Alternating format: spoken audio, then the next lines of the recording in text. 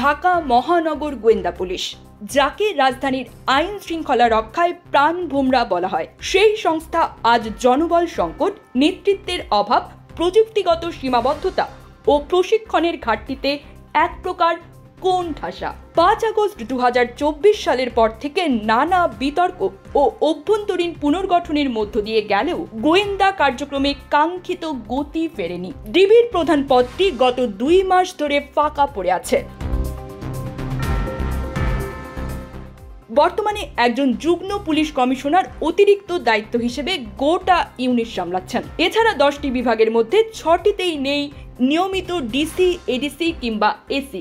ডিবির গুরুত্বপূর্ণ ইউনিট যেমন তেজগাঁও ও গুলশান, রমনা, উত্তরা ও মিরপুর বিভাগেও একাধিক পদ ফাঁকা রয়েছে। ডিবি মিরপুর বিভাগের ডিসি মোহাম্মদ মিজানুর রহমান বলেন, জনবল কম হলেও আমরা সর্বোচ্চ চেষ্টা করে যাচ্ছি, তবে দীর্ঘস্থায়ী সমাধানে নিয়োগ জরুরি। ডিবির একটি বড় চ্যালেঞ্জ হয়ে দাঁড়িয়েছে প্রযুক্তি নির্ভর অপরাধ দমন। অনেক কর্মকর্তা এলআইসি, এনটিএমসি ও সাইবার নজরদারিতে দক্ষ নন, ফলে অপরাধ প্রতিরোধের চেয়ে অপরাধ সংগঠনের পর দমন করতেই বেশি সময় ব্যয় হচ্ছে।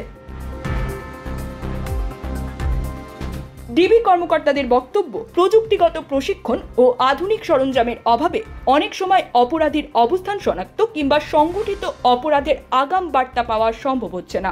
ডিবিতে বর্তমানে কোনো নারী ক্যাডার কর্মকর্তা নেই, ফলে নারী ভিকটিম, বিশেষ করে সাইবার ক্রাইমে ক্ষতিগ্রস্ত নারীরা অভিযোগ জানাতে গিয়ে নিরাপত্তাহীনতায় ভোগেন।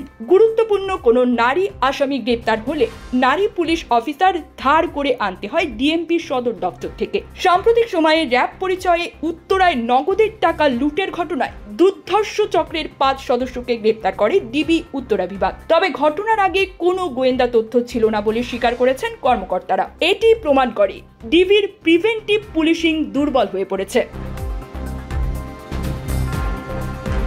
ডিএমপি কমিশনার শেখ মোহাম্মদ সাজ্জাদ আলী বলেন, ডিবির ফাঁকা পদগুলো অচিরেই পূরণ করা হবে, তবে অতীতে ডিবিতে যেভাবে কাজ হতো এখন আমরা তা থেকে বেরিয়ে আসছি। জনগণের আস্থা ফেরানোই আমাদের প্রধান লক্ষ্য। ডিএমপির অতিরিক্ত পুলিশ কমিশনার ফারুক আহমেদ বলেন, নতুন যেসব কর্মকর্তা নিয়োগ পেয়েছেন তারা দীর্ঘদিন অবহেলিত ছিলেন, এখন তাদের দেশি বিদেশি প্রশিক্ষণের ব্যবস্থা করা হচ্ছে।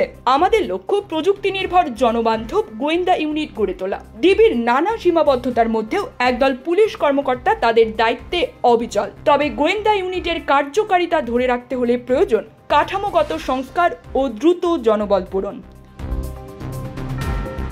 নিউজ ডেস্ক, প্রবাসন নিউজ।